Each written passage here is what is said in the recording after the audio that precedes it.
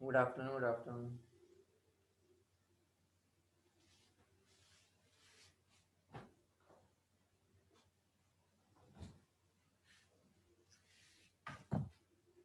कैसे हो? सब बढ़िया?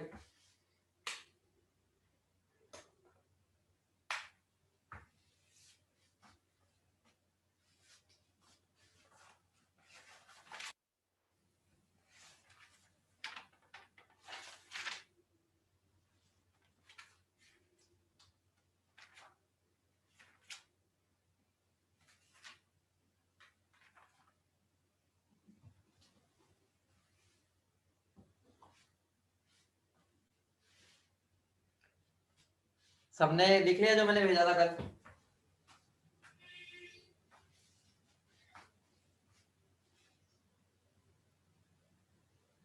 लिख लिया था? चलो, बहुत अच्छी बात है बेटा, वो जरूरी है लिखना, वरना आगे जाके टाइम नहीं मिलेगा।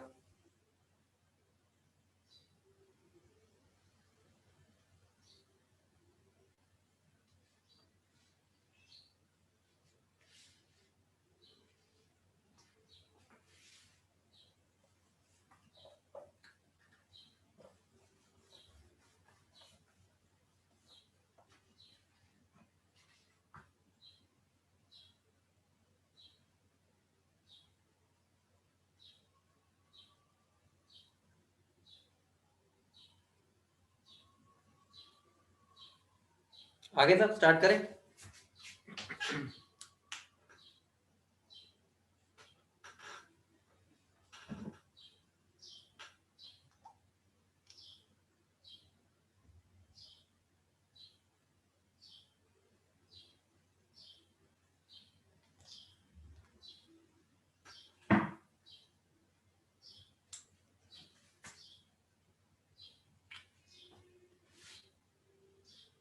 हेडिंग डाल दो, रदरफोर्ड्स मॉडल।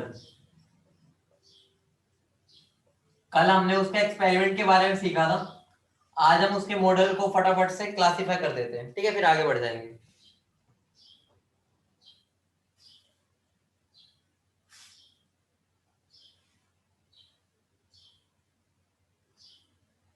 फटाफट लिख लो सारे, स्टार्ट, फटाफट आ जाओ।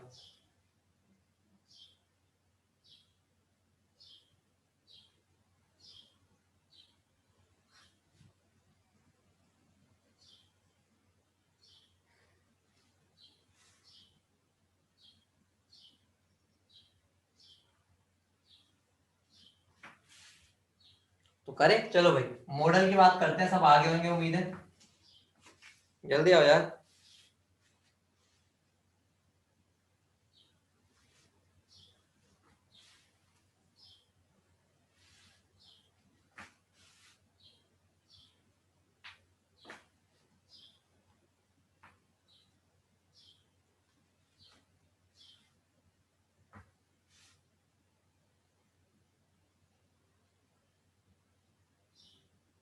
चलो भाई, इतना मैं लिखना तो स्टार्ट करता हूँ। सबसे पहले बात है, ठीक है, उसका मॉडल क्या था? Number of electrons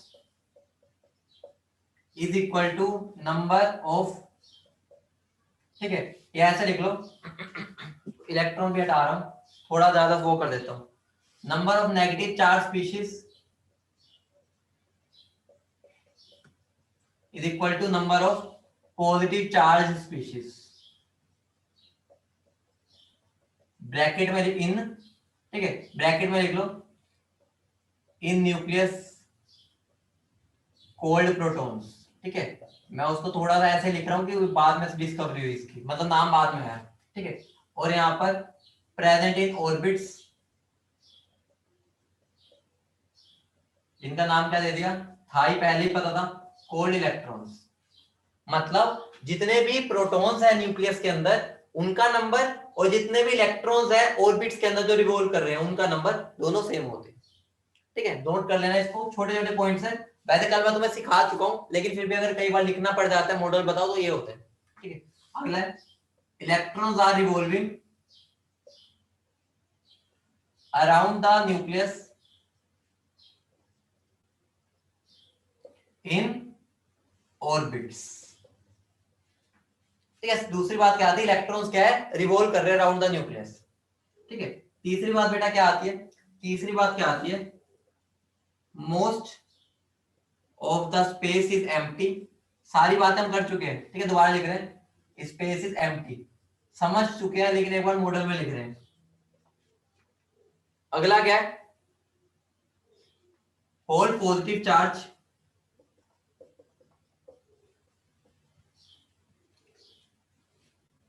is concentrated in a small volume called nucleus। ठीक है, उसके बाद एक इंपॉर्टेंट चीज है, उसने मुझे क्या दिया था, एक रिलेशन दिया था, यहां से न्यूमेरिकल स्टार्ट हो जाते हैं थोड़े।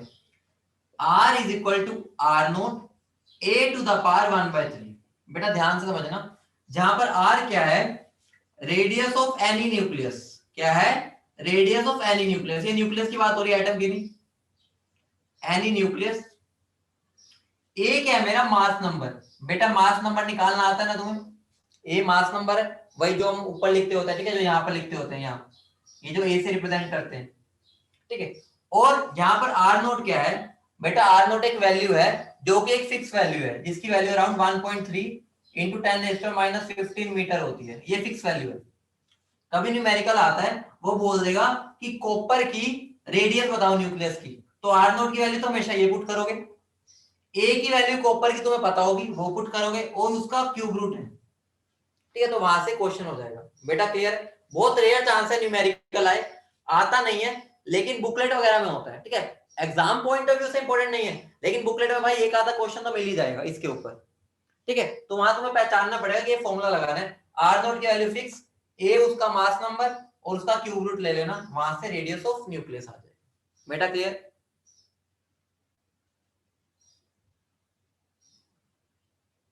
इतना नोट करो, फिर मैं आगे बढ़ता हूँ फटाफट से, ठीक है। बेटा आज से ये लगा लो कि आज तुम बहुत कुछ नई चीजें सीखोगे जो तुमने 9th-10th में नहीं पढ़ा, अभी जो वाला ये सारा तुमने पढ़ रखा 9th-10th में लगभग, काफी चीजें, ठीक है, लेकिन अब कुछ चीजें ऐसे सीखेंगे,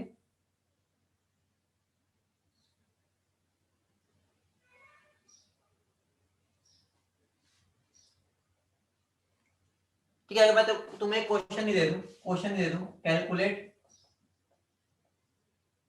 radius of nucleus of an element having mass number 64, 64 mass number है, तो बस हो गया क्वेश्चन। आर की वैल्यू क्या होती है, R naught A to the power 1/3, R naught की वैल्यू ये पुट कर दो, ठीक है, ए की वैल्यू क्या हो जाएगी 64 की पावर 1/3, 64 का क्यूब रूट क्या होता है बेटा 4 होता है, पता है ना, 4 इंटू 4 इंटू 4, तो क्या बन जाएगा ये 1.33 इंटू 10⁻15 इंटू 4, तुम्हारा आंसर आ जाएगा। अब तो उम्मीद है क्लियर हो गया होगा, ठीक है। ऐसा क्वेश्चन अगर आ जाता है, बहुत रेयर चांस होते हैं, लेकिन अगर आ जाए तो ऐसे हो जाए, ठीक है बेटा। अगला थोड़ा एक आइडिया दे रहा हूं, आइडिया अराउंड रेडियस ऑफ, बेटा ये सारा मतलब मॉडल तक का तो तुम्हें यही लिखना है बस, ठीक है, आगे तो सारा पार्ट हो गया कि उसके कंक्लूजन, ठीक है। अगर तुम्हारे पेपर में सीबीएसई में आ जाता तो ये लिख दो बस, लेकिन ये आगे आगे सब कुछ रदरफोर्ड नहीं बताया था, ये भी लिखना चाहो तो लिख सकते हो, लेकिन सीबीएसई वालों को मतलब ही नहीं होता ये सबसे जो मैं ये करा रहा हूँ, ठीक है, ये कॉम्पिटिटिव में ही होता ज्यादा यूज। रेडियस ऑफ जो एटम होगा ना, एटम वो अराउंड 10⁻10 मीटर के अराउंड होता है, अराउंड बता रहा हूँ बेटा, अराउंड, इसलिए मैं एरो नहीं, मैं ये लगा रहा हूँ, देखो इसका मतलब होता है लगभग, ठीक है। और जो रेडियस ऑफ न्यूक्लियस होता है, एवरेज बता रहा हूँ सबका, ठीक है, वो अराउंड ये से रेंज का होता है, रेंज बता रहा हूँ। तो कई बार ये भी चीज आ जाती है कि मैं आइडिया होना चाहिए कि उसका रेंज क्या होता है, तो रेंज तुम्हें मैंने लिख दी, ठीक है, छोटी छोटी बातें जो काम आती है, ठीक है। एक और चीज है, वो एक और चीज क्या है, अगर मैं यहाँ पर एक फॉर्मूला देखो, मान लो तुमने अभी एक चीज देखी है ना, ये मेरा अगर न्यूक्लियस था, ये मेरा मतलब उसके अंदर से जब मैंने अल्फा रेस फेंकी थी, ठीक है, कुछ तो हो गया था, यहाँ मुड़ गई थी, कुछ ऐसे यहाँ मुड़ गई, कुछ बिल्कुल वापिस भी आ गई थी, और कुछ बिल्कुल क्या हो गया, सीधी भी चली गई थी, क्या वो बिल्कुल सीधी भी चली गई थी, यही हुआ था। अगर मैं तुम्हें बोलता हूं कि 4 वेव्स है, ठीक है, 4 वो है अल्फा पार्टिकल, जो 30 डिग्री से मुड़ गए, और 8 अल्फा पार्टिकल बताओ कितने से मुड़ेंगे। तो उसका रिलेशन कैसे निकालते हैं, वो होता है number of alpha particles deviated by an angle theta, by an angle theta is directly proportional to 1 by sin theta by 2 की पावर 4। दोबारा बता रहा हूं, इस पे बहुत रेयर चांस है एग्जाम में, लेकिन डीपीपी में होते हैं क्वेश्चंस, और आने को तो आ भी सकते हैं। मैं बस इंपॉर्टेंस की बात कर रहा हूं। अगर तुम्हारा अगर दिन खराब होगा तो न्यूमेरिकल आ सकता है, इसमें कोई इश्यू नहीं है, लेकिन चांसेस कम होते हैं कि इनके ऊपर न्यूमेरिकल्स एग्जाम में है, क्योंकि इससे बहुत इंपॉर्टेंट चीजें होती है जो उनके पास होती है डालने के लिए। ठीक है, मुझे बताओ, अगर मान लो N1 पार्टिकल्स कुछ थे, मान लो 20 पार्टिकल्स थीटा 1 एंगल से मुड़े, और कुछ पार्टिकल थीटा 2 एंगल से मुड़े, तो अगर मैं दोनों का रेशियो ले लूं तो मैं ये बोल सकता हूं N1 by N2 is equal to sine theta 2 by 2 की power 4 divide by sine theta 1 by 2 की पावर 4। इतनी बात समझ रहे हो? मतलब मैंने रेशियो ले लिया है, रेशियो में क्या होता है मेरा, डायरेक्टली प्रोपोर्शनल क्या होता है, कैंसल आउट। तो मेरा इसका जो N1 है उसका थीटा ही नीचे आ गया, और जो N2 है उसका थीटा ऊपर चला गया, क्योंकि इनवर्स रिलेशन था। समझ गए? क्वेश्चन कैसा आता है वो भी बता दूंगा, टेंशन ना लो, क्योंकि इस पर ना बेटा, इस पर ना ज्यादातर ना क्वेश्चन क्या आते हैं वो तुम्हें बोल देगा कि number of alpha particles deviated by an angle theta is directly proportional to, तो तुम्हारा आंसर क्या होगा, डायरेक्टली नहीं होता, इनवर्सली प्रोपोर्शनल टू दिस होता है। बस न्यूमेरिकल नहीं आता, जनरली वो ये रिलेशन पूछता है बस, तो रिलेशन तुम्हें पता होना चाहिए।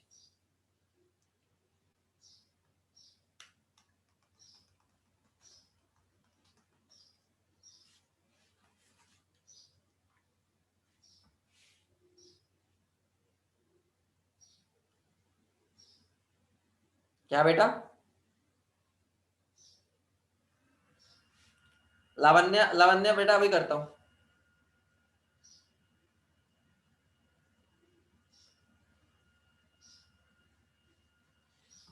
देखो, तुम्हें अगर टेंशन है ना, देखो वो बता देता हूं, इसको तो रब कर दो ना, इसको।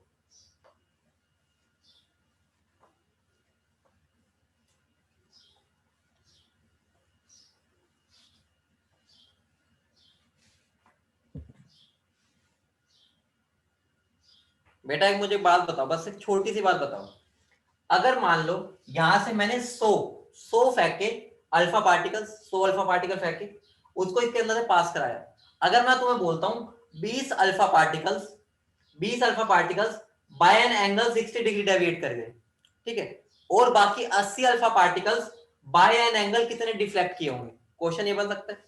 तो मुझे क्या करना है, ये फॉर्मूला लगा देना है, N1 की वैल्यू पता है 20, N2 की वैल्यू क्या पता है 80, थीटा 2 की वैल्यू निकालनी है, और थीटा 1 गिवन है, चार में से 3 वैल्यू गिवन है, एक निकल जाएगी। न्यूमेरिकल बहुत रेयर चांस है, लेकिन मैंने बस तुम्हें बता दिया, इसलिए मैं इसके न्यूमेरिकल में ज्यादा ध्यान नहीं दे रहा। समझ रहे हो? बोलो। ठीक है, तो एक और चीज समझ लो, तुम्हारी बुकलेट में क्वेश्चन है उस पर, वैसे सिलेबस में इतना है नहीं, नंबर ऑफ पार्टिकल्स डिफ्लेक्टेड, और बातें भी सुन लो, वो डायरेक्टली प्रोपोर्शनल है मेरे, डायरेक्टली प्रोपोर्शनल z स्क्वायर के, डायरेक्टली प्रोपोर्शनल है a टू द पावर 4 के, और इनवर्सली प्रोपोर्शनल है 1 बाय काइनेटिक एनर्जी के स्क्वायर के।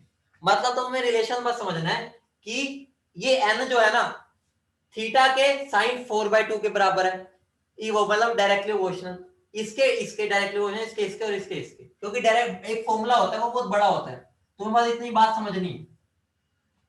न्यूमेरिकल मतलब न्यूमेरिकल नहीं आता, कंसेप्चुअल क्वेश्चन आता है।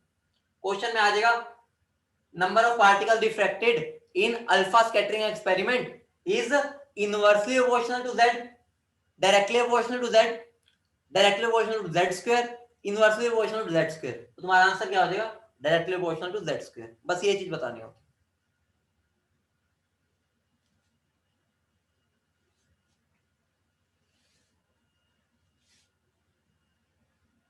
अब बेटा आप सुनो, how electrons revolve around the nucleus. Rutherford ने बोल तो दिया कि भाई इलेक्ट्रॉन रिवॉल्व कर रहा है अराउंड द न्यूक्लियस, कैसे कर रहे हैं उसके बारे में थोड़ा सा बता देता हूं। अब ये चीज छोड़ो, इस पे न्यूमेरिकल नहीं आते, दोबारा बता रहा हूं, तुम्हें डीपी भी दूंगा, वहां पे समझ आ जाएगा इसके क्वेश्चंस कैसे होते हैं, बहुत सिंपल सीधे। ठीक, मेन चीज पर आओ। देखो अगर मैं तुम्हें बोलूं यहां पर मैं प्लस चार्ज है मतलब न्यूक्लियस, और यहां पे मैं इलेक्ट्रॉन रिवॉल्व कर रहा है, क्या कर रहा है यहाँ रिवॉल्व कर रहे हैं, मेरा इलेक्ट्रॉन है, मान लो ये रिवॉल्व कर रहा है। बेटा मुझे एक बात बताओ, मुझे एक बात बताओ, तुमने कभी एक वर्ड सुना सेंट्रीपिटल फोर्स? कभी सुना हुआ तुमने सेंट्रीपिटल फोर्स? सुना कभी? किसने सुना हुआ ये बता दो, नहीं सुना हुआ ये बता दो, किसने सुना नहीं हुआ? कोई है जिसने ना सुना सेंट्रीपिटल फोर्स? देखो बेटा ये क्या बोलना चाह रहा है, बस इतनी बात समझो, मैं ज्यादा डिटेल में जाना फिजिक्स का पार्ट है। ये मेरा न्यूक्लियस है, ये मेरा इलेक्ट्रॉन है, हो क्या रहा है यहाँ पर, ये मेरा जो इलेक्ट्रॉन है ना, ये इन दोनों के बीच में तुम देख पा रहे हो कि उनके बीच में एक इलेक्ट्रोस्टैटिक फोर्स है। क्या है? Electrostatic force. इलेक्ट्रोस्टैटिक फोर्स का मतलब क्या होता है? वो फोर्स जो अपोजिट चार्जेस के बीच में लगता है, अपोजिट चार्जेस के बीच में एक फोर्स लगता है जिसको इलेक्ट्रोस्टैटिक फोर्स बोलते हैं। ठीक है, जैसे ग्रेविटेशनल फोर्स क्या होता था, एक दो बॉडीज के बीच में लगता है ना, वैसे जो चार्ज बॉडीज होंगे ना उनके बीच में एक फोर्स लग रहा होता है, पता ना, देखो एक पॉजिटिव एक नेगेटिव। मान लो अगर मैं एक बहुत बड़ी सी मैग्नेट रख दूं और उसके पास एक छोटू सी मैग्नेट रख दूं, तो एक दूसरे को खींच लेती है ना, फोर्स लग रहा है तो ही खींच पा रही है ना। तो वैसे अगर एक प्लस चार्ज को रखो एक माइनस को, तो प्लस माइनस एक दूसरे को खींचते हैं ना, उनमें प्यार होता है, अट्रैक्शन वाला फोर्स होता है, तो फोर्स वही होता है इलेक्ट्रोस्टैटिक फोर्स, जिसको अपोजिट चार्जेस के बीच में होता है। ठीक है, अपोजिट बोलो या चार्ज पार्टिकल बोल लो। ठीक है, यहाँ पर बैटर लिख लो यहाँ पर। ठीक है, अपोजिट मैंने बोल दिया, जो चार्ज पार्टिकल्स के बीच में होता है। ठीक है, वो तो सेम वालों पे भी होता है, चार्ज पार्टिकल होने चाहिए अगर ये फोर्स चाहिए तुम्हें। ठीक है, इनके बीच में लगता है। अब बेटा सुनो, यहां पर क्या हो रहा है, देखो इस इलेक्ट्रॉन को न्यूक्लियस का कर रहा है भाई मेरे अंदर आ जा, यही तो कर रहा है कि भाई मैं बैठा हूं, तू घूमने जा रहा है ना, मैं तो अपने पास खींच रहा हूं। ऑब्वियस सी बात है, इलेक्ट्रॉन का मास तो कुछ है ही नहीं और ये भारी होता है, पता ही है भाई प्रोटॉन का मास तो भाई वो इलेक्ट्रॉन को खींचेगा अपनी तरफ, कहेगा भाई अंदर आ जा। अब बेटा इलेक्ट्रॉन कहता है भाई अगर मैं इसके पास चला गया मैं तो जिंदगी तबाह हो जाएगी, मेरे को तो ये अपने पास ही पकड़ के ठीक है रख लेगा। ऑब्वियस सी बात है, अगर यहाँ से यहाँ चला गया ये तो प्लस माइनस ही मिल जाएंगे, फिर तो एटम ही क्या रहा, समझ रहे हो? तो इलेक्ट्रॉन का कहता है अपना दिमाग लगाता है। तुमने पढ़ा है कि अगर कोई बंदा मान लो किसी चीज से डिस्ट्रैक्ट हो रहा है तो अपना ध्यान कहीं और ले जाओ, होता है ना कई बार कि अगर मैं मेरे से मेरा मन नहीं लग रहा, मतलब उस चीज परेशान कर रही है, तो हम क्या बोलते हैं अपने माइंड को कहीं और ले जाओ। तो इलेक्ट्रॉन भी क्या करता है, इलेक्ट्रॉन कहता है कि बेटा अगर मैं इसके प्यार के चक्कर में पड़ गया ना मेरी जिंदगी तबाह हो जाएगी, तो जो मेरे को यहाँ पर फोर्स लग रहा है ना उस फोर्स को मैं कहीं और कन्वर्ट कर लेता हूँ, समझ रहे हो? मतलब उस फोर्स को कन्वर्ट कर दूंगा, और वो उस फोर्स को, वो उस इलेक्ट्रोस्टैटिक फोर्स को सेंट्रीपिटल फोर्स में कन्वर्ट कर लेता है। सेंट्रीपिटल फोर्स, सेंट्रीपिटल फोर्स क्या होता है? वो फोर्स लिख लो बेटा, वो फोर्स जिसकी वजह से सर्कुलर मोशन होते हैं, जिसकी वजह से सर्कुलर मोशन होता है। मतलब अगर मैं बोलूं कि मेरी कोई भी बॉडी सर्कुलर मोशन कर रही है तो पक्का उसके पास सेंट्रीपिटल फोर्स होगा, समझ रहे हो? मतलब वो फोर्स जिसकी वजह से सर्कुलर मोशन होता है उसको हम सेंट्रीपिटल फोर्स बोल देते हैं। बेटा फिजिक्स की टर्म है, मुझे थोड़ा बहुत यूज होना है इसलिए बताना पड़ रहा है। ठीक है, इतनी बात क्लियर है? तो उसने क्या बोला, इलेक्ट्रॉन क्या करता है, बहुत तेज है, वो कहता है बेटा प्यार के चक्कर में पड़ गया ना मेरी जिंदगी तबाह हो जाएगी, मुझे इस चक्कर में नहीं पड़ना। तो वो अपना सारा क्या करता है, जो इलेक्ट्रोस्टैटिक फोर्स लग रहा है ना उसको सेंट्रीपिटल फोर्स में कन्वर्ट कर लेता है, और वो ऐसे घूमता जाता है घूमता जाता है, मतलब वहां से फोर्स लग रहा है उसको यूज करके वो घूमने लग गया, तो उसका नाम क्या होता है, सेंट्रीपिटल फोर्स। बेटा क्लियर है? बोलो इतनी बात क्लियर है कि उसने क्या किया, इलेक्ट्रोस्टैटिक फोर्स को सेंट्रीपिटल फोर्स की तरह यूज कर लिया। बोलो क्लियर? इतना ही समझना है, ज्यादा नहीं। बोलो क्लियर है बेटा? उसके बाद बेटा आती है मेन बात, तो भाई हेडिंग डालो drawback of Bohr model, Bohr कह रहा हूं, drawback of Rutherford model, drawback of Rutherford model, drawback of Rutherford model. ठीक है, इसको मैं रब कर रहा हूं। अब बात आएगी ड्रॉबैक क्या हुई, ऐसा क्या कर दिया उसने, उसके बारे में बात करेंगे। हाँ नोट कर लो इसको बेटा,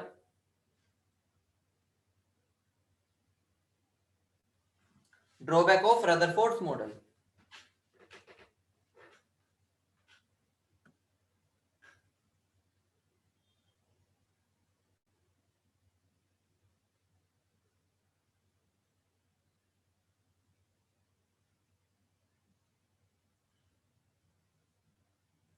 कर लिया सबने? चलो भाई देखो, अब इंटरेस्टिंग खेल आने वाला है, अभी लड़ाई हो जाएगी, रदरफोर्ड का सर फाड़ देगा अपनी मैक्सवेल बाबा। मैक्सवेल बाबा आने वाले हैं बस। मैक्सवेल बाबा क्या कहेंगे, बेटा तुझे कुछ नहीं आता, अभी देना क्या होने वाला है। मुझे बताओ, उसको ये वाला मैथ मतलब उसके दिमाग में ही आया कहां से था ये वाली चीज? ऑब्वियस सी बात है, सोलर सिस्टम से आया था। सोलर सिस्टम में भी तो यही चीजें हो रही होती है ना कि रिवॉल्व कर रहे हैं, यही हो रहा होता है। तो उसके माइंड में सोलर सिस्टम से ही आया हुआ, इसलिए रदरफोर्ड के मॉडल को हम प्लानिटरी मॉडल भी बोलते हैं। ठीक है, प्लानिटरी मॉडल भी बोलते हैं या सोलर सिस्टम मॉडल भी बोल देते हैं, क्योंकि वहां पर उसने वही चीज बोल दी। लेकिन मुझे बताओ, हम जो चीज पढ़ते हैं वहां पर क्या हम ऐसा अर्थ जो होता है, हम अर्थ के सन के अराउंड रिवॉल्व कर रहे हैं, तो क्या वो दोनों चार्ज पार्टिकल्स हैं? तो वहां पर तो आराम से घूम सकता है, वहां पे ग्रेविटेशनल फोर्स है, उसको सेंट्रीपिटल फोर्स में कन्वर्ट करके घूम रहा है। रदरफोर्ड ने क्या किया, उसने ये बात तो पकड़ ली कि भाई वो उस फोर्स को सेंट्रीपिटल फोर्स में कन्वर्ट कर देगा, लेकिन उसने एक बात नहीं सोची कि भाई वहां वो तो अनचार्ज बॉडीज है, और मैं जिनके बारे में बात कर रहा हूं तो चार्ज बॉडीज है। समझ रहे हो? मतलब वहां पर जो फोर्स है वो अनचार्ज बॉडीज के बीच में बन रहा है, लग रहा है। सन और अर्थ हो गया, और मून अर्थ के अराउंड है तो मून और अर्थ हो गए। लेकिन जो मैं अपना कंसेप्ट लगा रहा हूं, मैं तो वो चार्ज बॉडी के बीच में लगा रहा हूं। समझ रहे हो? वहीं से उसका दिमाग खराब हो गया। दिमाग खराब क्या हो गया, वहीं से उसकी ऐसी तैसी हो गई। वहां पे एक बाबा थे, एक मैक्सवेल बाबा। ठीक है, मैक्सवेल बाबा की जय। ठीक है, मैक्सवेल बाबा मैं वैसे बोल रहा हूँ, एक्चुअली मैक्सवेल थ्योरी बोलते हैं। ठीक है, मैक्सवेल बाबा ने क्या किया, उसने क्या बोला, ध्यान से सुनो। उसने बोला, अगर कभी भी कोई चार्ज पार्टिकल है, ठीक है बिल्कुल शॉर्ट में लिखूंगा, कोई भी चार्ज पार्टिकल है अगर, और वो एक्सेलरेटेड मोशन कर रहे हैं। कौन सा मोशन कर रहा है? Accelerated motion. मतलब सारा बताऊंगा इसका। चार्ज पार्टिकल एक्सेलरेटेड मोशन करता है, तो वो क्या करता है, वो कॉन्टिन्यूअसली एनर्जी एमिट करेगा। ये उसने बताया था मैक्सवेल बाबा ने। मतलब मैक्सवेल थ्योरी क्या बोलती है, अगर कोई भी चार्ज पार्टिकल है और अगर वो एक्सेलरेटेड मोशन कर रहे हैं, तो वो पक्का कॉन्टिन्यूअसली एनर्जी को एमिट करता होता है। ठीक है, अब मैं रदरफोर्ड से जाके पूछता हूँ कि भाई तेरी थ्योरी में यहाँ पर ये कोई अड़चन तो नहीं दे रहा? उसकी थ्योरी में क्या हो रहा है, न्यूक्लियस और ये इलेक्ट्रॉन यहाँ रिवॉल्व कर रहा है। ठीक है, यहाँ पे मेरा इलेक्ट्रॉन है, वो यहाँ रिवॉल्व कर रहा है। क्या तुम्हें पता है इलेक्ट्रॉन एक चार्ज पार्टिकल है? इलेक्ट्रॉन एक चार्ज पार्टिकल है, बोलो। अब मुझे बताओ, अगर एक इलेक्ट्रॉन चार्ज पार्टिकल है, क्या वो एक्सेलरेटेड मोशन शो कर रहा है? एक्सेलरेटेड, एक्सेलरेटेड का मतलब होता है वेलोसिटी चेंज होती रहेगी विद टाइम। अब बताता हूँ कैसे। बेटा एक्सेलरेशन ये तो पता नहीं होता है, change in velocity by change in time, इतना तो पता है ना, ये तो भाई 9 10 में पढ़ा होता है। एक्सेलरेशन है change in velocity by change in time. मुझे बताओ, वेलोसिटी के दो चीजें होती है ना, एक मैग्नीट्यूड और एक डायरेक्शन। इतना तो पता ही होगा यार तुम्हें, एक मैग्नीट्यूड और एक डायरेक्शन, यही होती है। अगर इन दोनों में से एक भी चीज चेंज हो गई तो वेलोसिटी चेंज हो जाएगी। अब मुझे बताओ, ये जो इलेक्ट्रॉन यहाँ मूव कर रहा है, उसका पहले देखो, पहले उसका डायरेक्शन ये टेंजेंट ही ड्रॉ करते हैं ना, जब वो यहाँ आ जाएगा उसका डायरेक्शन ये हो गया। मुझे बताओ, क्या यहाँ डायरेक्शन चेंज हो रहा है वेलोसिटी का? देखो, पहले ये था, अब ये। अगर ये चेंज हो रहा है तो एक्सेलरेशन भी हो गया उसमें, तो इसका मतलब ये इलेक्ट्रॉन एक्सेलरेटेड मोशन शो कर रहा है या नहीं कर रहा है? इतनी बात बता दो, हो रहा है। इसका मतलब ये वाली चीज तो यहाँ पर अप्लाई होनी चाहिए। ये है charge particle, electron accelerated motion भी कर रहा है, तो वो तो एनर्जी को एमिट करेगा। मतलब क्या हो गया, मतलब ये हो गया, अगर ये जो मेरा इलेक्ट्रॉन यहाँ रिवॉल्व कर रहा है ना, एक्चुअली में क्या होगा उसके साथ, तबाही हो जाएगी उसके साथ। वो बेचारा यहाँ घूम रहा था, यहाँ घूम रहा है, जब वो यहाँ घूम के आया ना, उसको पता चला, अरे मैं तो भाई चार्ज पार्टिकल हूं, और चार्ज पार्टिकल अगर रिवॉल्व कर रहा है तो भाई उसके बस का नहीं है कि भाई वो पूरा का पूरा चक्कर मारता रहे। वो धीरे धीरे क्या करता जाएगा, वो धीरे धीरे एनर्जी एमिट करता जाएगा। खुद बताओ, अगर मैं मान लो तुम्हें पार्क का चक्कर मारने को बोलूं, ध्यान सुनना, पार्क का चक्कर, तो पार्क को मान लो ऐसा है। ठीक है, पार्क ऐसा है। अगर मैं तुम्हें बोलता हूँ 10 चक्कर मारने, 10 चक्कर, मान लो तुमने पहला चक्कर मारा, तुम सोचोगे सर ने ये तो नहीं बोला कि 10 चक्कर इसी राउंड के मारने हैं, तो चक्कर भाई मैं छोटे ट्रैक का मार देता हूँ, तो मैं थोड़ी देर बाद ये मारूंगा, धीरे धीरे मेरी एनर्जी कम हो रही है नहीं हो रही, बताओ? यही हो रहा है कि भाई धीरे धीरे मैं एनर्जी एमिट करूंगा। तो यहाँ पर भी क्या हो रहा है, ये इलेक्ट्रॉन धीरे धीरे एनर्जी एमिट करता जाएगा, एमिट करता जाएगा, उसका चक्कर छोटा होता जाएगा, चक्कर छोटा छोटा छोटा छोटा छोटा छोटा, एंड में आके वो बेचारा तबाह हो जाएगा। वो तो भाई जाकर न्यूक्लियस में गिर गया। अगर ये न्यूक्लियस में गिर गया भाई, एटम, इलेक्ट्रॉन और न्यूक्लियस एक हो गए, एटम ही क्या रहा, मतलब एटम ही एग्जिस्टेंस ही उड़ा दी मैंने। एटम का मतलब ये था कि इलेक्ट्रॉन अलग है वो अलग है, उन दोनों को तुमने मिला दिया। इसका मतलब यहां से मेरा जो मॉडल था वो फेल हो गया रदरफोर्ड का। रदरफोर्ड का मॉडल क्यों फेल हो गया, क्योंकि मैक्सवेल की थ्योरी को एक्सप्लेन नहीं कर पाया था। मैक्सवेल बाबा ने कहा बेटा अगर ये चीज तेरे मॉडल में है ना तो तेरा मॉडल ऐसा होना चाहिए, और ये तो भाई गलत हो जाएगा, तो यहां से रदरफोर्ड का मॉडल डिस्कार्ड हो गया। बोलो क्लियर है बेटा, लिख लो इस बात को, इंपॉर्टेंट बात है, सीबीएसई में बहुत बार पूछी जाती है। ये वाली बात लिख ली पहले, मैंने इसको ऐसे लिख दी है, ये वाली बात लिख ली, लिख लो इसको।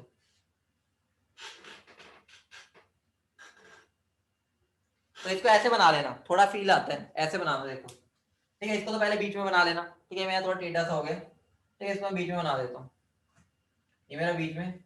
और मुझे बताओ जब ये एनर्जी को एमिट कर रहा है ना, थोड़ा ऐसा बना दो कि फील है कि एनर्जी एमिट हो रही है, ठीक है, थोड़ा सा ऐसा लगेगा कि एनर्जी एमिट हो रही है। एमिट मतलब वो लूज कर रहा है, ठीक है, थोड़ा ऐसा लाइन डाल देना ताकि फील है कि एनर्जी एमिट हो रही है।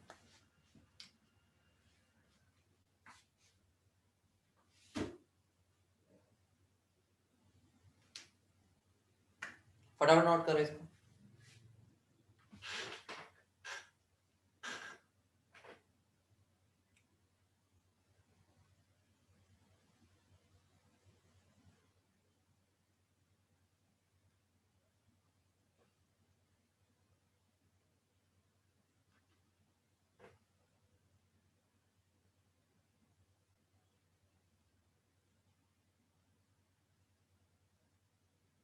लिख लो, अब जो मैं आगे बोल रहा हूं वो लिख लो।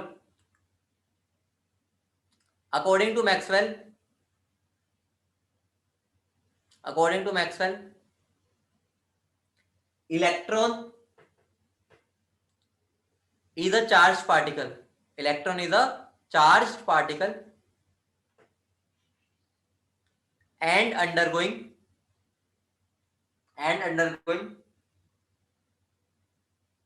accelerated motion, and undergoing accelerated motion.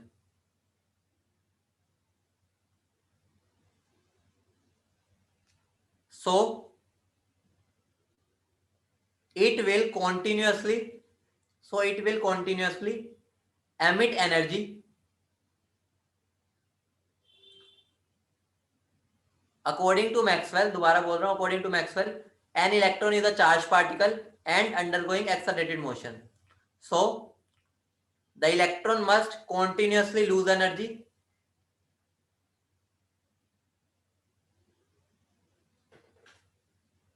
and fall in the nucleus, following a spiral path, and fall in the nucleus following a spiral path.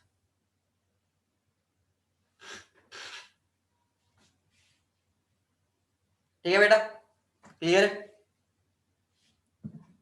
अगली हेडिंग डालो, ड्रॉबैक में एक दो और लिख लो। ड्रॉबैक तो इसकी बहुत सारी है, एक आधी और लिख लो। It was not able to explain, second drawback है ये, ठीक है। It was not able to explain line spectra of hydrogen atom. It was not able to explain line spectra. बेटा तुम ये ना कहना लाइन स्पेक्टर क्या होता है, जब अभी आगे चैप्टर में लाइन स्पेक्टर के बारे में बहुत पढ़ना है, तो अभी हम समझ लो कि रदरफोर्ड है इस टाइम, तो रदरफोर्ड को ही नहीं पता था तो हमें क्या पता होगा, ठीक है। तो अभी हम जब बोहर बन जाएंगे ना तो हम इसको एक्सप्लेन कर देंगे, ठीक है, बस एक दो दिन में बोहर भी बन जाएंगे, फिर हम ये एक्सप्लेन कर देंगे, ठीक। तो हेडिंग डालो, एक छोटा सा ना पोर्शन होता है, डिस्टेंस ऑफ क्लोजेस्ट अप्रोच।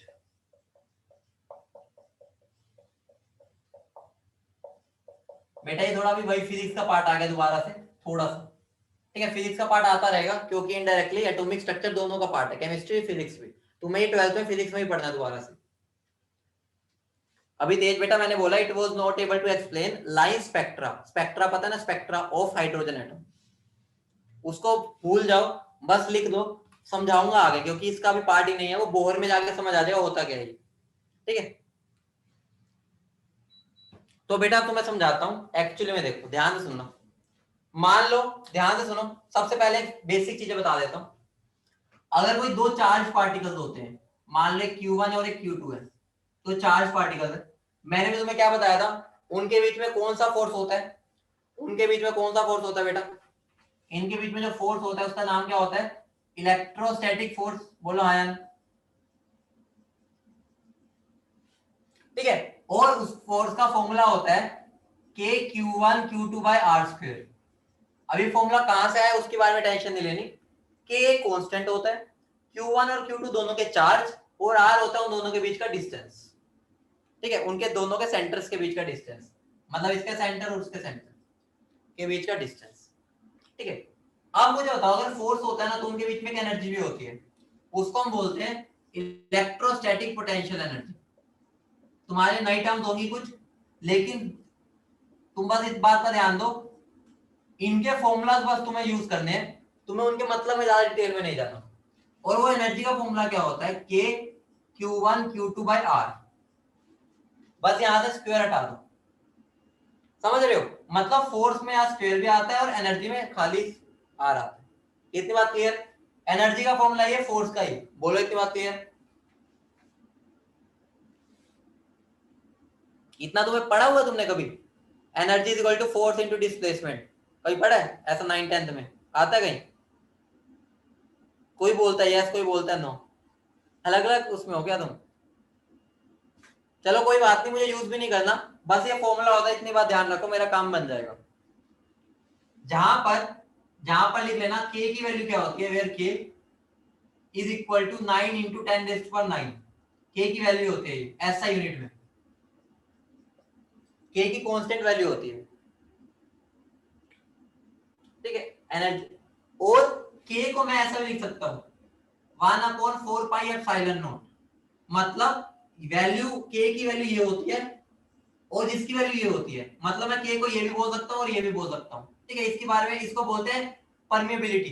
क्या बोलते हैं हम इसको, परमेबिलिटी। उसके में टेंशन नहीं लेनी, बस इतना समझो यार, के की वैल्यू ये होती है, बस ये वाली, बस। उसको हम ऐसे भी लिख सकते हैं, लेकिन हमारे काम की बात नहीं है, बस ये लिख लो, नोट्स में लिख लो, ताकि आगे कभी जरूरत पड़े तो तुम्हें दिख जाए। के की वैल्यू के को हम ये भी लिख सकते हैं 1/4πε0, उसको बोलते हैं एप्सिलॉन नोट। बस मतलब समझते जाओ, लिखते जाओ, इतना काम है बस।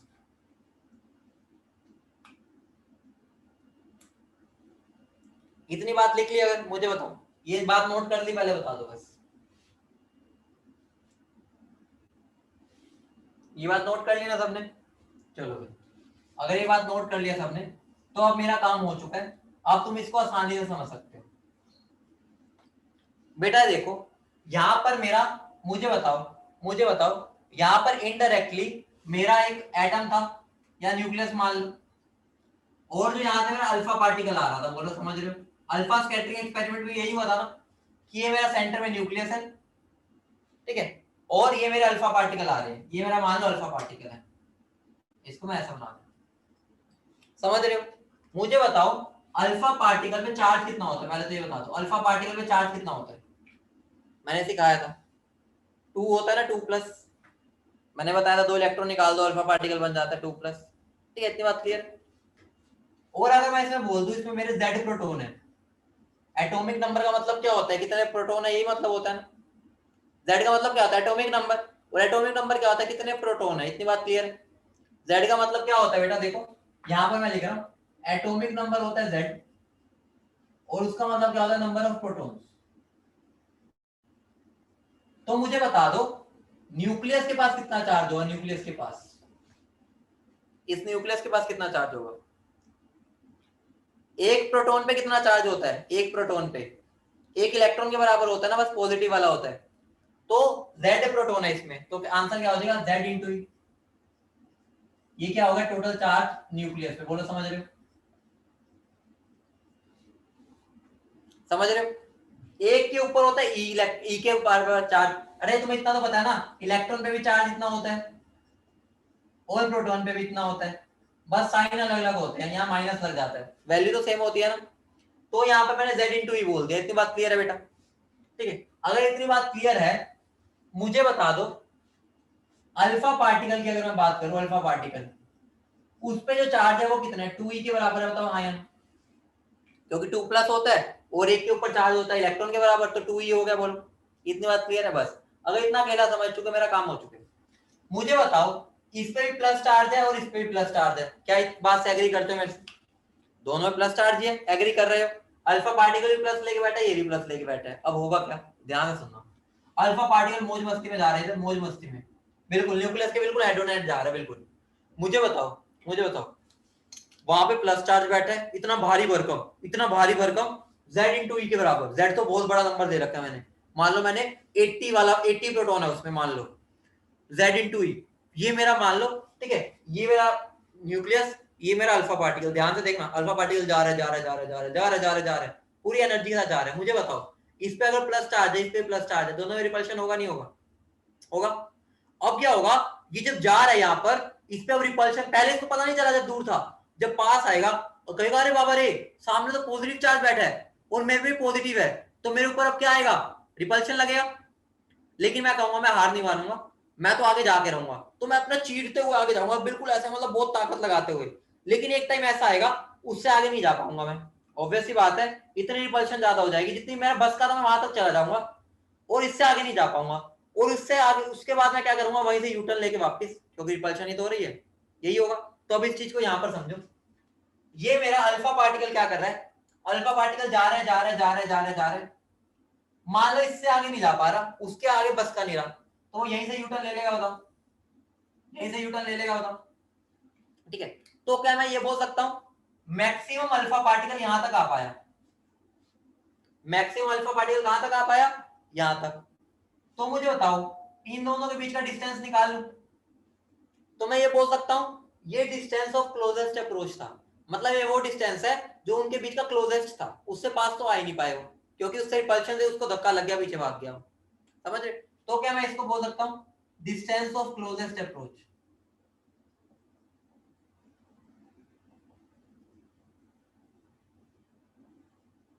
जिसको मैं आर से लिख रहा हूं। बोलो क्लियर है? मतलब मैक्सिमम पास आ सका इतना, उससे आगे नहीं जा पाया।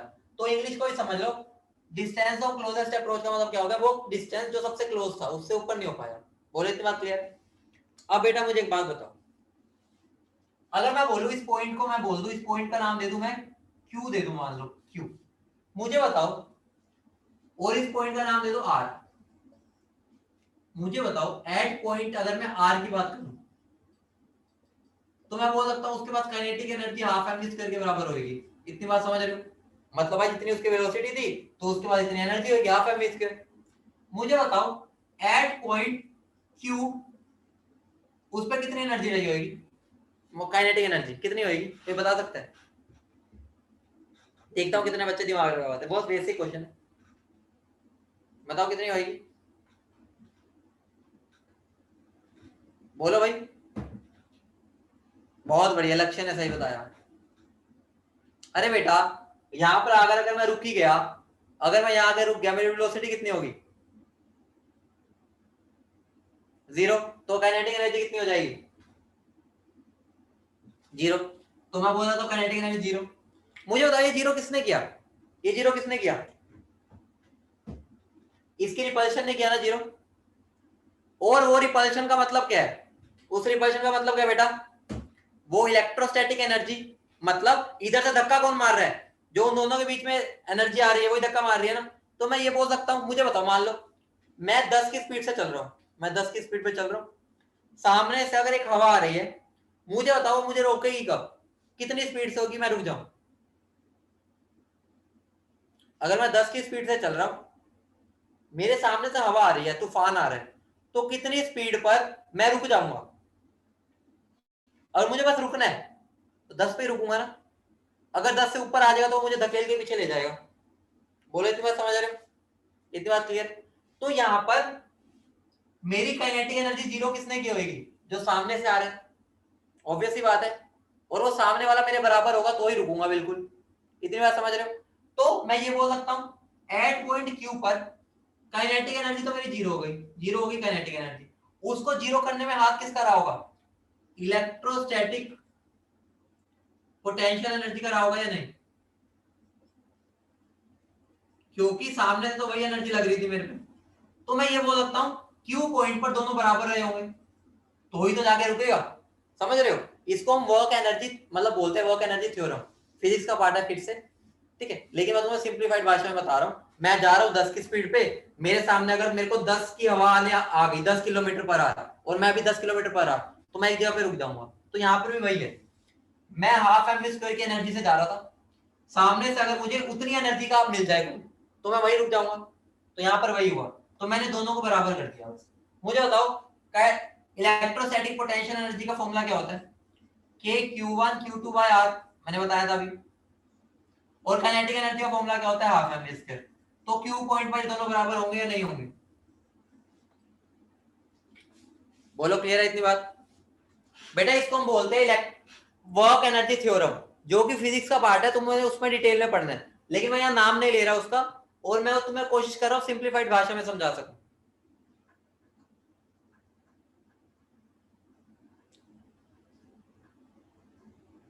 ठीक है, इतनी बात क्लियर है बेटा? प्राची क्लियर है इतनी बात? थोड़ा बहुत समझ आया? बेटा ये थ्योरम है, बस इतना समझो दोनों को बराबर करना है। धीरे धीरे जैसे यूज करते जाओगे थोड़े कंफर्टेबल हो जाओगे। पहली बार पढ़ रहे हो ना फिजिक्स का पार्ट, को हम केमिस्ट्री में पढ़ रहे हैं, वो भी हम डिटेल में नहीं जा सकते क्योंकि केमिस्ट्री पढ़नी है, फिजिक्स में थोड़ी घुसना पूरा। बस आइडिया ले लो कि सारी की सारी इसको रोकने में हाथ किसका रहा होगा, इसका। दोनों को बराबर कर दो बस। अब मुझे बताओ Q1 की वैल्यू क्या है बेटा? Q1 मतलब इसका चार्ज अल्फा पार्टिकल का, Q2 मतलब इसका चार्ज, तो वैल्यू पुट कर दो। कर सकता हूं ना? तो क्या बन जाएगा देखो, के Q1 का मतलब 2e, Q2 का मतलब Z, वैल्यू पुट कर दी बस दोनों के चार्ज की, डिवाइड बाय आर। बेटा ये आर क्या है? ये डिस्टेंस ऑफ क्लोजेस्ट अप्रोच, ठीक है, वो किसके इक्वल हो जाएगी? मुझे बताओ यहाँ मैं मास किसका लूंगा? इलेक्ट्रॉन का लूंगा ना, और वेलोसिटी भी किसकी लूंगा? इलेक्ट्रॉन की।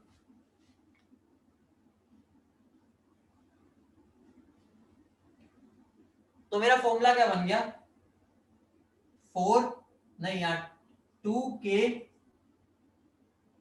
z e square by r is equal to half M E V E का स्क्वायर। तो ये फॉर्मूला मेरा बन गया बेटा, अगर मुझे इलेक्ट्रॉन की बात करनी है, सिर्फ इलेक्ट्रॉन पे, ठीक है, इलेक्ट्रॉन का बन गया। अगर किसी और की बात करेंगे तो किसी और की वैल्यू पुट कर देंगे, समझ रहे? जनरली यहाँ इलेक्ट्रॉन की बात हो रही है। मुझे बताओ मास ऑफ इलेक्ट्रॉन कितना होता है बेटा? मास ऑफ इलेक्ट्रॉन, इलेक्ट्रॉन है सॉरी अल्फा पार्टिकल, यार मैं भी, अरे अल्फा पार्टिकल, अल्फा पार्टिकल को ला रहे हैं ना, ठीक है, अल्फा पार्टिकल है क्योंकि अल्फा पार्टिकल को ला रहे हैं, तो अल्फा पार्टिकल है ना, ठीक है। मुझे एक बात बताओ, मुझे एक बात बताओ यहाँ पर अल्फा पार्टिकल का मास कितना होता है? मास ऑफ अल्फा पार्टिकल कोई बता सकता है? हीलियम का मास कितना होता है? हीलियम का 4 होता है, तो 4u लिख सकता हूँ, 4u। लेकिन मुझे बताओ क्या ये ऐसा यूनिट है? क्या ये ऐसा यूनिट है? प्राची बेटा अल्फा पार्टिकल हीलियम ही तो होता है, हीलियम, और हीलियम का मास 4u तो होता है। अल्फा पार्टिकल में 2 इलेक्ट्रॉन निकाल दो तो हीलियम का न्यूक्लियस का मास ही रहते हैं, ठीक है। 4u को तो मैं नहीं ले सकता, तो इसको केजी में अगर कन्वर्ट करना है तो मुझे बताओ 1 AMU किसके इक्वल होता है? याद है मैंने पहली क्लास में करवाया था जब मोल कंसेप्ट पढ़ाया था। वैल्यू पुट कर दो,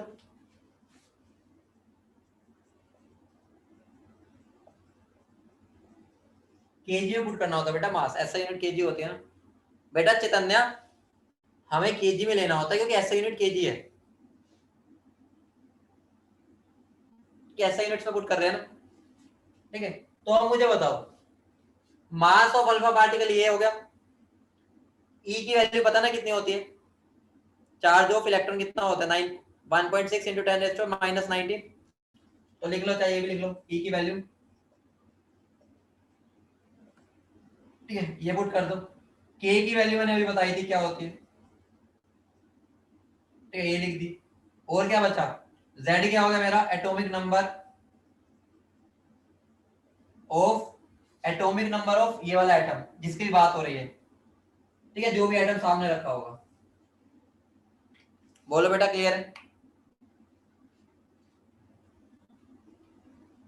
बेटा ये थोड़ा सा टाइम लगेगा डाइजेस्ट करने में, 1-2 क्लास लगती है, फिर थोड़ा तुम्हें आदत पड़ जाएगी ये फिजिक्स की। फिजिक्स केमिस्ट्री में आ रही है, मजबूरी है मेरी, मुझे करानी पड़ रही है। बेसिकली बस इतना ध्यान रखो कि इन दोनों को बराबर किया, बस मैंने इतना कंसेप्ट बस तुम्हें याद रखना है। तो इसको तुमने उम्मीद है नोट कर लिया होगा। एक क्वेश्चन देता हूं ताकि तुम्हें क्लियर हो जाए, ठीक है? क्वेश्चन देता हूं, क्वेश्चन लिखो।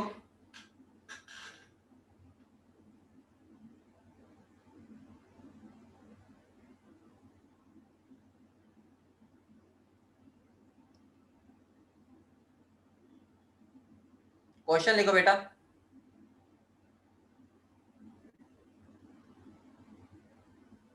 क्वेश्चन है with what velocity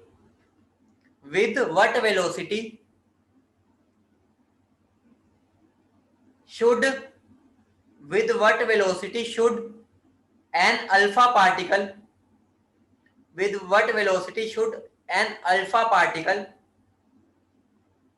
travel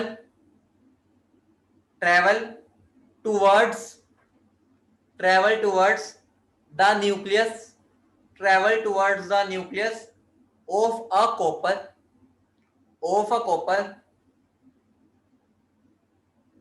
so that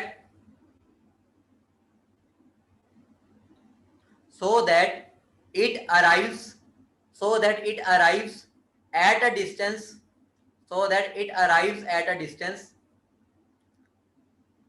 10 की power -13 metre, 10 to the power -13 metre from the nucleus of copper atom बेटा आप देखो यहां पर इसको अप्लाई करो, वैल्यू तो तुम सोल्व अपने आप कर लोगे, बस एक हेल्प कर देता हूं। देखो फॉर्मूले का रट्टा ना मारना, दोबारा बता रहा हूं, ये फॉर्मूला याद करने बैठोगे तो वैल्यू बनती है, उससे बेटर है दिमाग लगाओ। हाफ एमवी स्क्वायर मेरी काइनेटिक एनर्जी है, सीधा यही लिखो, ये वाला कंसेप्ट, ये रट्टा ना मारो, फॉर्मूला क्या है उसको मुझे इक्वल करना है k q1 q2 by r, ऐसे याद रखो, ये वाली फॉर्म अपने आप निकलेगी। मुझे बताओ मास ऑफ अल्फा पार्टिकल बताना है कितना होता है, ये पुट कर दो, कहां गया 4 into 1.67। वेलोसिटी मुझे निकालनी है तो एज इट इज k की वैल्यू बेटा q1 कितना है, q1 बेटा कितना है 2e के बराबर, ठीक है? तो अभी मैं इसको 2e लिख देता हूं, और q2 कितना है ze के बराबर, ठीक है? डिवाइड बाय r कितना गिवन है उन्होंने, r कितना दिया, कितना पास आ पाया वो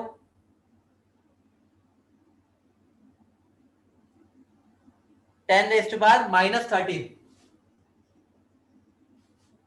तो बस वैल्यू को देखो क्या बन जाएगा, ये 1/2 into 4 into 1.67 into 10⁻⁻27 into v alpha का square which will be equal to 9 into 10⁻⁹। बेटा z की वैल्यू क्या होती है कॉपर के लिए, z की वैल्यू क्या होती है बेटा कॉपर के लिए, कोई बताएगा? z की वैल्यू, कॉपर में कितने प्रोटॉन्स होते हैं पता है किसी को? बहुत बढ़िया लावण्य, 20, ठीक है? तो ये मेरा क्या बन जाएगा 2, z की वैल्यू क्या हो जाएगी 29, ठीक है? 29 होता है, और e का स्क्वायर मतलब 1.6 into 10⁻⁻19 का स्क्वायर। इसको थोड़ा सा रब कर रहा हूं, ठीक है? क्या बन जाएगा into 1.6 into 10⁻⁻19 का स्क्वायर। बेटा देखो देखने में लग रहा होगा बहुत कैलकुलेटिव है, मैं तुम्हें यहाँ पे कैलकुलेशन नहीं सिखा रहा, वहां पर एग्जाम में सिंपल वैल्यूज आती है, बस ये बात ध्यान रखो वैल्यूज पुट कैसे किया मैंने, बस मेरा मकसद था तुम्हें वैल्यू पुट करके सिखाना, कैलकुलेशंस की टेंशन ना लो, अपने आप हो जाएंगी। तुम फिर भी इसको ट्राई करना सोल्व करने की, वैल्यूज पुट करना तुम सीख गए हो, बस इसकी वैल्यू निकाल।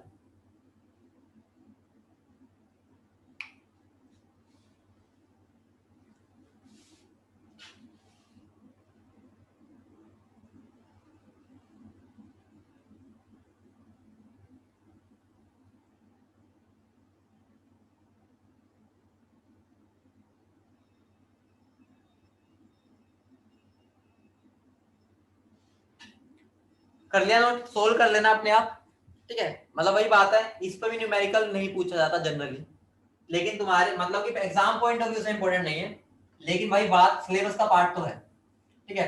तो मैं डीपीपी दूंगा, उसमें भी क्वेश्चन दूंगा।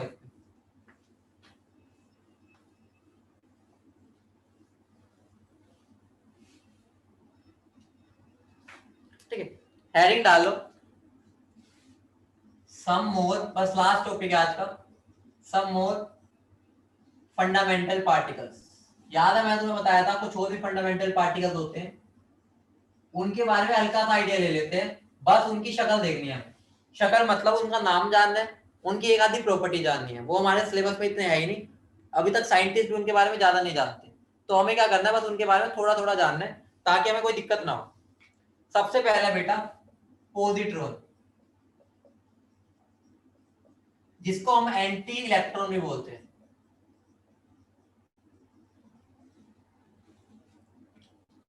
देखो इसको याद कैसे करोगे तुम, इसको तोड़ लो ऐसे, पॉजिटिव इलेक्ट्रॉन, तुम्हारा आंसर आ जाएगा बस। समझ रहे हो, मतलब कि पॉजिट्रॉन का मतलब क्या है, एंटी इलेक्ट्रॉन। एंटी इलेक्ट्रॉन मतलब पॉजिटिव में इलेक्ट्रॉन, सोचो मतलब इलेक्ट्रॉन है लेकिन वो पॉजिटिव चार्ज लेके घूम रहे हैं। हाँ देखो, मतलब इसकी मैं प्रॉपर्टी क्या लिख सकता हूं, उसका जो मास है वो मास ऑफ इलेक्ट्रॉन के बराबर है। ठीक है, कितना होता है वो, कितना होता है बेटा, 9.1। लेकिन जो उसका चार्ज है वो प्रोटॉन के बराबर है।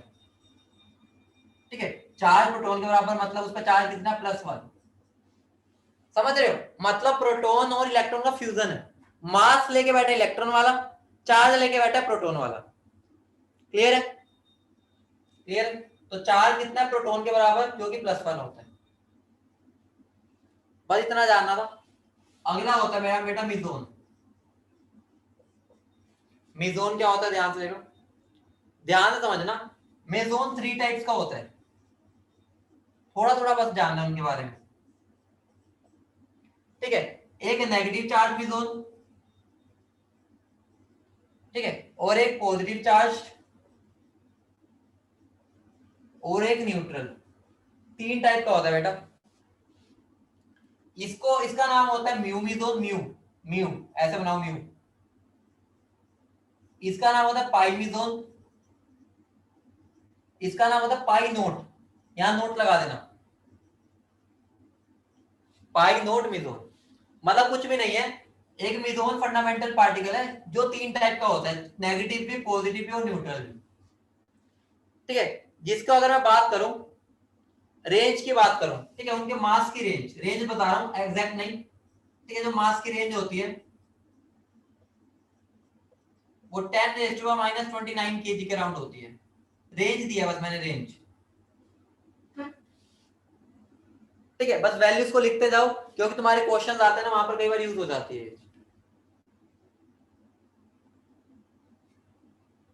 इतना नोट करो फटाफट, फिर 2 और बचे। ठीक है, फिर उसके बाद आज एंड कर देंगे। ठीक है, आज का सारा थ्योरेटिकल पार्ट हो गया, बस कल से ये चीज दोबारा नहीं आएगी। ठीक है, आज थोड़ा ऐसा पार्ट आ गया, फिजिक्स वाला भी आ गया, और ये तो आज थोड़ा सा हमारा वो वाली चीज कम रही है, लेकिन चैप्टर भाई हो तो सकता नहीं भाई सारा चैप्टर में कुछ मजेदार चीज हो। बेटा नेगेटिव वाले को म्यू म्यू म्यू मियाऊ मियाऊ म्यू म्यू म्यू, ठीक है, म्याऊ म्यू, ठीक है, म्यू बोलते हैं इसको।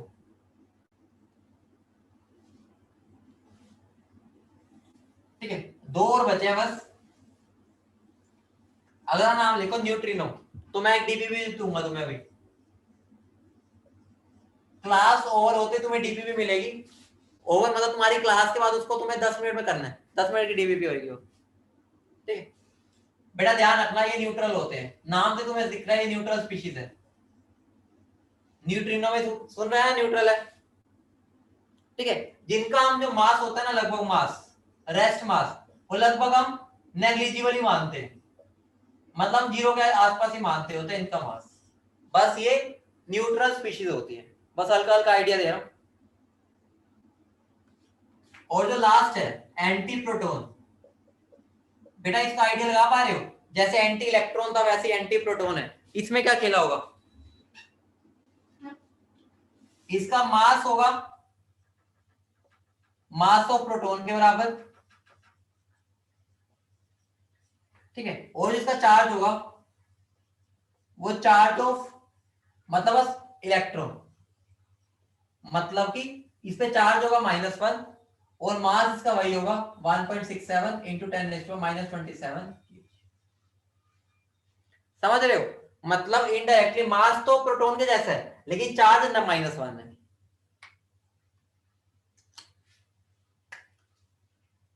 अभी तुम्हारी फिजिक्स की क्लास भी है ना, तो फिजिक्स की क्लास के बाद मैं तुम्हें एक डीपीपी दूंगा, 10 मिनट की डीपीपी है, 5 मिनट की भी हो सकती है वैसे वो।